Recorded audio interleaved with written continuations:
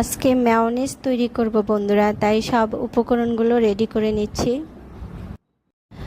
আমি মেয়োনিজ তৈরি করার জন্য নিলাম 2টো ডিম, গোলমরিচের গুঁড়া, বিট লবণ, কয়েক কোষ রসুন, দুধে গুঁড়া, নিলাম লেবুর রস এবং পানি।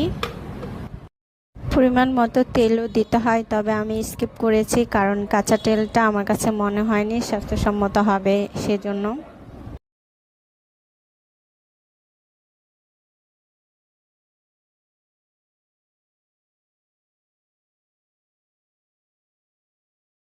এখন ব্লেন্ডারের মধ্যে এক এক করে সব উপকরণগুলো দিয়ে দিচ্ছি ব্লেন্ড করার জন্য।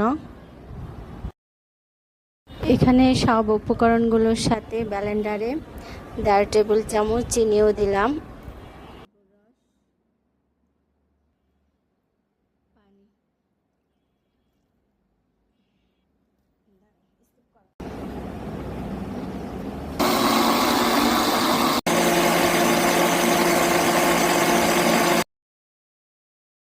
সব দিক দিয়ে পারফেক্ট, টেস্টটাও অনেক ভালো হয়েছে। তোমরাও এইভাবে বাসায় সহজে মেয়োনিজ তৈরি করতে পারো বন্ধুরা।